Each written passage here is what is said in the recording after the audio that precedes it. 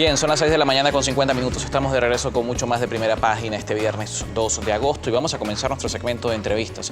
Esta vez está con nosotros Ricardo Ríos, analista político y también matemático de profesión. Vamos a conversar sobre un tema que ha sido noticia esta semana. El lunes, una corte de apelaciones en Estados Unidos otorgó la posibilidad a la empresa Cristalex, una minera canadiense, de hacerse con los activos de PDVSA, de Petróleos de Venezuela en Estados Unidos, su filial Citgo, por un valor de 1.400 millones de dólares. Es importante destacar que este caso comienza en el año 2011 con la expropiación, la nacionalización de la empresa Cristalex en Venezuela y sus operaciones en las minas, en la mina Las Cristinas.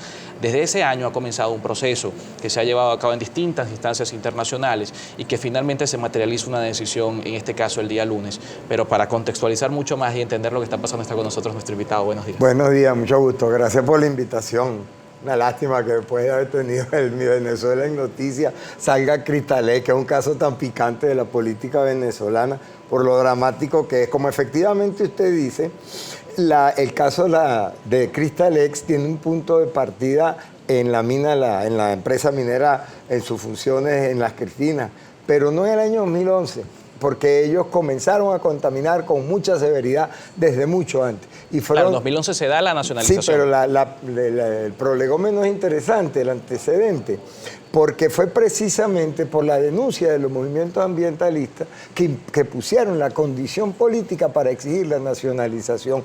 No, digamos, no se incorpora Cristalex a aquel festival de expropiese, quítese esta joyería, sino que fue una política muy mal llevada, por cierto, porque se creyó que en Venezuela la palabra no importaba, que un presidente expropiase, y trajo las graves consecuencias posteriores. Pero es importante entender que fue una política de defensa del ambiente que trajo una nacionalización mal llevada y que nos llevó a un juicio que pone en peligro una de las principales empresas de ingresos de finanzas de un país depauperado como el nuestro. Uno de los activos más importantes para el país fuera de nuestro territorio. Está en riesgo Citgo el día de hoy. Sin embargo, se entiende por lo que ha trascendido en los medios de comunicación y lo que también han dicho los voceros de Juan Guaidó, que no se puede ejecutar esta decisión de la Corte de Apelaciones, entendiendo que hay una orden ejecutiva que ha congelado los activos de Petróleos de Venezuela, y eso incluye también los activos de Citgo. Si esa orden ejecutiva ya ocurrió muy recientemente, porque esa era la estrategia que debió haberse aprobado desde el comienzo.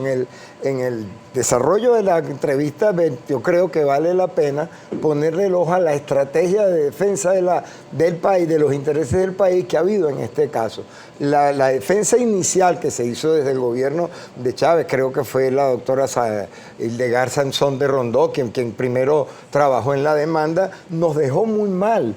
Y la gestión en PDVSA de Ramírez y su equipo nos dejó peor. Y hemos venido acumulando una serie de errores que en este momento de crisis humanitaria lo que cabía desde el comienzo era pedirle a Trump que congelara aquellas acciones. Esa lamentablemente no fue interpretado así por la administración americana, que incluso cuando se pagaron los bonos 2020 llegó a decir que también muy cuestionado el pago de los bonos. Claro, 2020. porque es que un país depauperado puede estar pagando ese tipo de deuda sin discutir la reestructuración de su deuda externa. No sé, y lamentablemente fue catalogado por Michael Pence como un acto de buen gobierno. No, eso no fue un acto de buen gobierno, yo no lo creo. Yo creo que eso fue un acto de conveniente manejo de relaciones internacionales, pero muy malo para un país en crisis que está pidiendo ayuda humanitaria, que le hagan pagar ese tipo de préstamos. Usted menciona que una vez que comenzó este proceso desde el año 2011, la labor del Estado venezolano ha sido errada.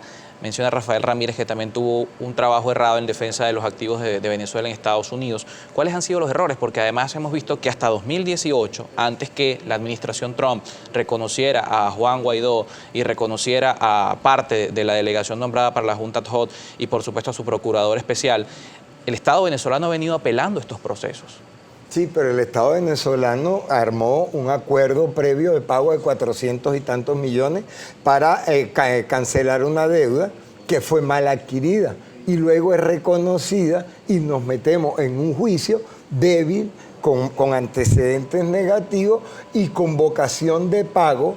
El cálculo de esos 400 millones es parte de la mala gestión de Ramírez en este conflicto, porque creo que eso quizás sería bueno desarrollarlo. El centro de este problema, más que determinar los culpables, es empezar a ver cómo salvamos los activos de la patria, que es lo que está en juego, porque no es poca cosa lo que ahí se está jugando. Es el 50.1% de las acciones de una empresa que vale 4 veces el tamaño de la demanda.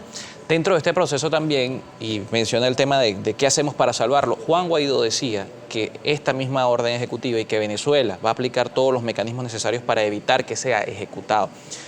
¿Cuáles considera que pueden ser los caminos que podemos tomar para evitar esta ejecución? El entendido de que existe, como decimos, una congelación de los bienes que los medios han reseñado. ¿Se necesita el visto bueno del gobierno norteamericano para que Cristalex finalmente tome estos activos? Sí, yo creo que entre los errores estuvo una pésima campaña de defensa, de promoción de esa política correcta de buscar la orden ejecutiva. No valía la pena mandar una carta por Hipostel, como han dicho algunos, caricaturizando la gestión.